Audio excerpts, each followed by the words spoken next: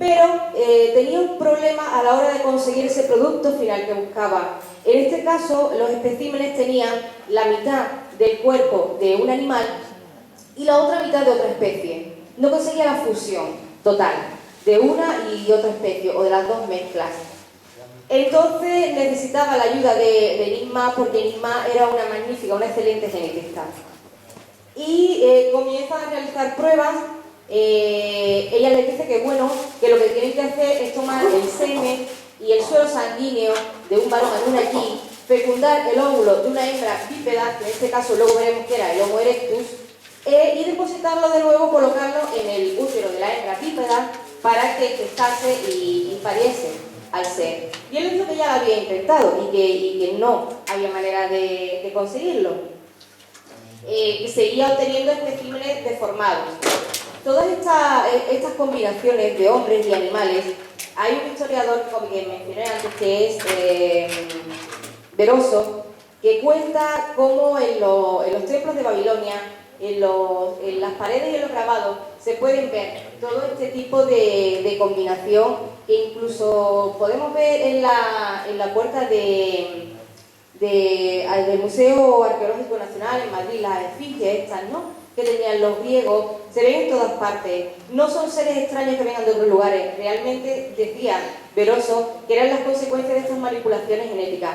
Él hablaba de un tiempo prehumano, en el que antes de que la humanidad existiese, todos estos seres extraños se habían visto, habían sido conocidos.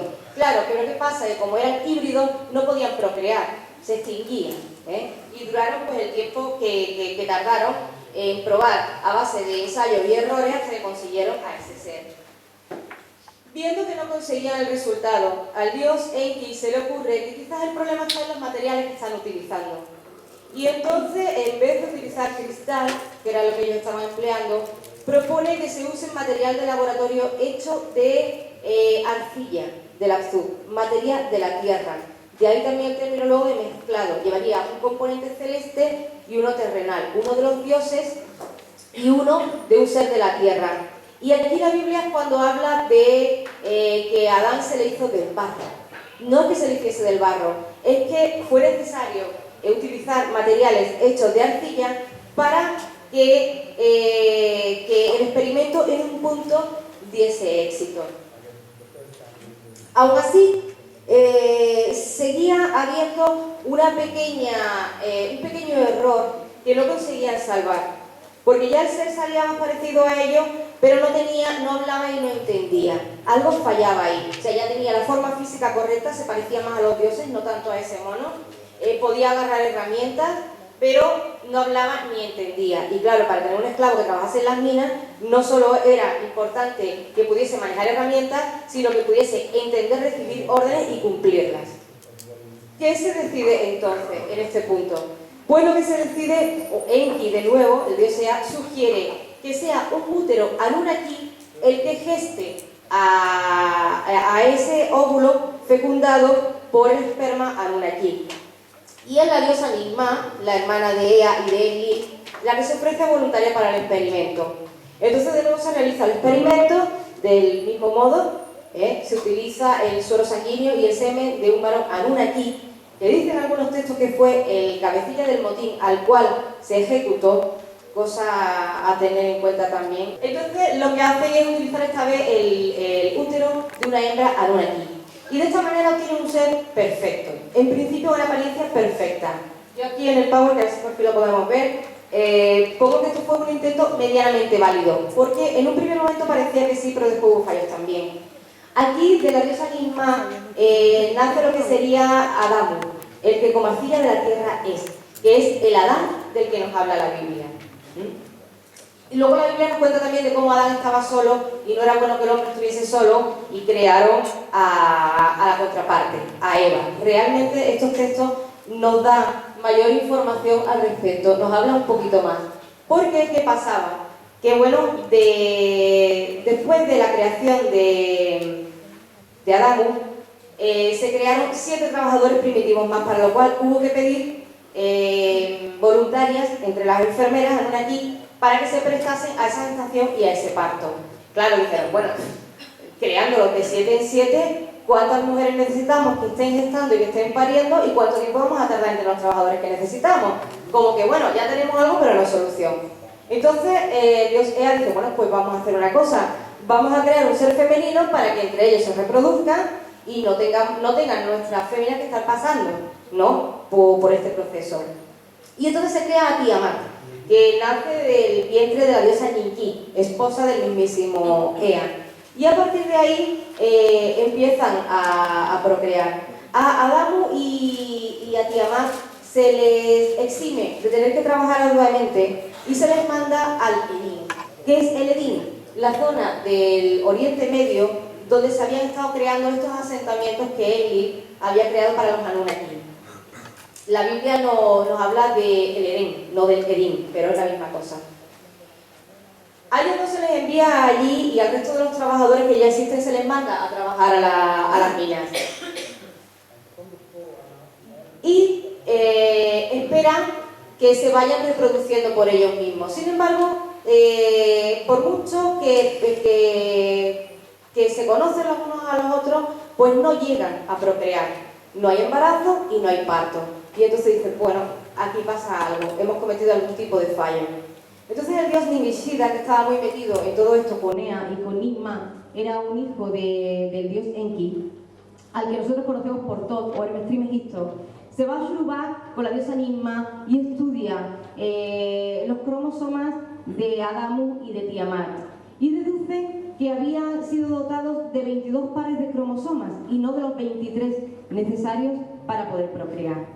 Entonces, sin pedir permiso a la asamblea ni a nadie, sin pedir permiso a la asamblea ni a nadie, deciden dotar a Adamu y a Tiamat, o a esta serie híbrida, de ese par de cromosomas que les faltaba para procrear. Ahí es cuando luego nos cuenta la Biblia que Dios paseaba por el Edén, en realidad era el dios Enlil el que paseaba por el Edén, y vio que de repente Adamu y Tiamat se tapaban con hojas. Tenían un conocimiento y un pudor que antes no tenían. Se dio cuenta de que le habían dotado de ese par de cromosomas y se enfadó muchísimo, porque dijo, bueno, ¿qué pasa? ¿Que les vais a dar, o sea, los vais a hacer igual a nosotros? Y los expulsó del Edén, que ahí es cuando la Biblia dice que fueron expulsados Adán y Eva del Edén. Bueno, a esto el dios Ea argumenta que, bueno, que le ha dado la capacidad del conocimiento, pero que no le ha dado todo a nivel genético, porque no le había dado los largos ciclos de vida, la inmortalidad que se supone que tenían los Anunnaki, que realmente no es inmortalidad, es una gran longevidad, pero bueno, los textos nos hablan de inmortalidad. Y aquí viene otro problema, y es que aunque los híbridos ya están procreando entre ellos, el dios Ea se da cuenta de que con la procreación van degenerando. Lentamente, pero van degenerando. Este punto también es muy importante. Y después lo vamos a ver también. Entonces, ¿qué hace el dios Ea? Pues, unánimemente, decide copular con 2 hembras de esta raza híbrida que ya habían creado. Serían mezcla genética directa. Mantienen relaciones sexuales con 2 hembras de la raza anterior y de ahí nacen 2 especímenes distintos, que serían Adapa y Titi. Adapa y Titi nos cuentan estos escritos sumerios que ya tenían muchísima más sabiduría aún de la que podían tener Adamu y Tiamat, hasta el punto de que posteriormente se les enseña, o sea, se encariñan los Anunnaki con ellos y le empiezan a enseñar a escribir, le enseñan lo que son los números, le enseñan astrología y todas las artes que luego les dieron hasta que después del diluvio por fin se les da la civilización. He puesto ahí que esta mezcla genética directa, o sea, de copulación directa ya de los dioses con esta raza híbrida, se dio aproximadamente en el 112.000 a.C.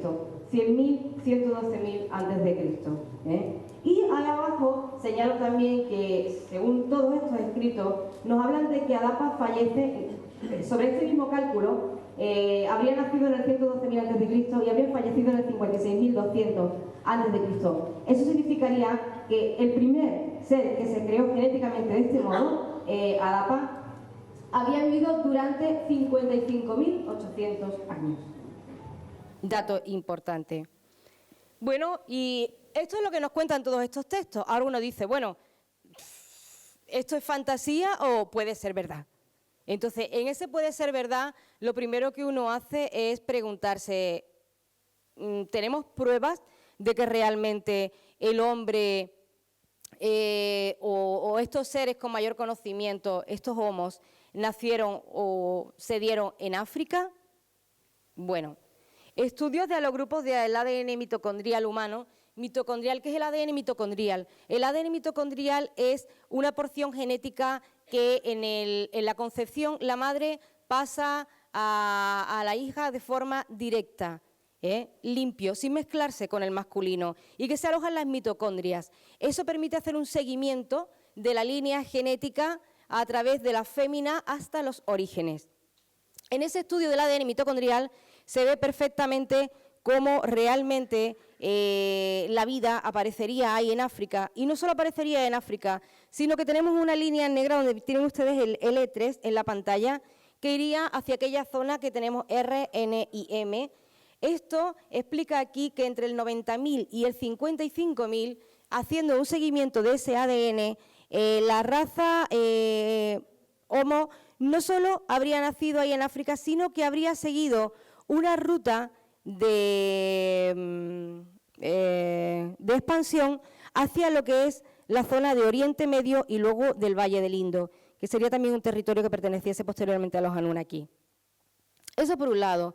Sin embargo, la versión oficial de la ciencia durante mucho tiempo nos ha dicho, bueno, ahí nos decía que sí, que el hombre había aparecido en África por primera vez, pero nos decía que el espécimen que había existido hasta hace 100.000 años era el Homo erectus, y que hace 100.000 años del Homo erectus evolucionó el hombre de Neandertal, y que hace 40.000 años del hombre de Neandertal aparece un nuevo ser al que se le llama Homo sapiens sapiens, y que la diferenciación por especie de ese Homo sapiens sapiens seríamos nosotros productos de esta última diferenciación. He tomado algún extracto de un historiador muy conocido, importante, llamado J.M. Roberts, Historia Universal. Esto es del 2009. Y dice J.M. Roberts, pero hoy en día se piensa que el Homo sapiens neanderthalensis, que es como se clasifica el hombre neandertal, tiene su origen último en una temprana expansión desde África de formas avanzadas de Homo erectus. Sigo, sin embargo, cualquiera que sea la magnitud del paso evolutivo que los neandertales representan, al final fracasaron como subespecie. Tras un éxito prolongado y generalizado, no fueron al final los herederos de la Tierra. Visto esto hasta aquí, ¿sería posible que esa primera raza hibridada que se creó y que el dios Ea había visto que realmente a través de la procreación iba degenerando, se iba animalizando, iban perdiendo esa genética divina, pudiesen ser estos neandertales que luego sabemos que desaparecieron, se extinguieron? Seguimos. Hace 80.000 años los objetos fabricados por los neandertales se habrían difundido por toda Eurasia. Muestran diferencias de técnica y forma, pero en diversos lugares se ha identificado tecnología de hace más de 100.000 años asociada a otras formas de humanos anatómicamente modernos, como denominan los estudiosos, a otros seres evolucionados a partir de formas avanzadas de Homo erectus, que por otra parte alcanzó mayor difusión que la de los neandertales. Se referirá aquí, cuando pone entre comillas y habla de humanos anatómicamente modernos con tecnología, a este segundo linaje, vamos a llamar al de los neandertales o al de los hibridados, que se van generando, linaje número 1, y al que nace de la copulación directa de los dioses con esta otra raza, linaje número 2, para no confundirnos. Entonces, ¿estarían hablando aquí estos historiadores del linaje número 2? Y dice además, los paleoantropólogos son cautos, no les gusta afirmar que los restos fósiles de más de unos 30.000 años de antigüedad son los del Homo sapiens sapiens. ¿Por qué? Porque durante mucho tiempo nos han dicho que el Homo sapiens sapiens aparece hace 35.000 años atrás, como mucho 40.000 años atrás. Sin embargo, por lo que nos dice J.M. Roberts, ya ellos mismos saben aquí muchas cosas que todavía no nos están diciendo. Revisando en mayor escala lo que es la evolución de la versión oficial de la que disponemos, tenemos, en un primer momento se pensó que el Homo sapiens neanderthalensis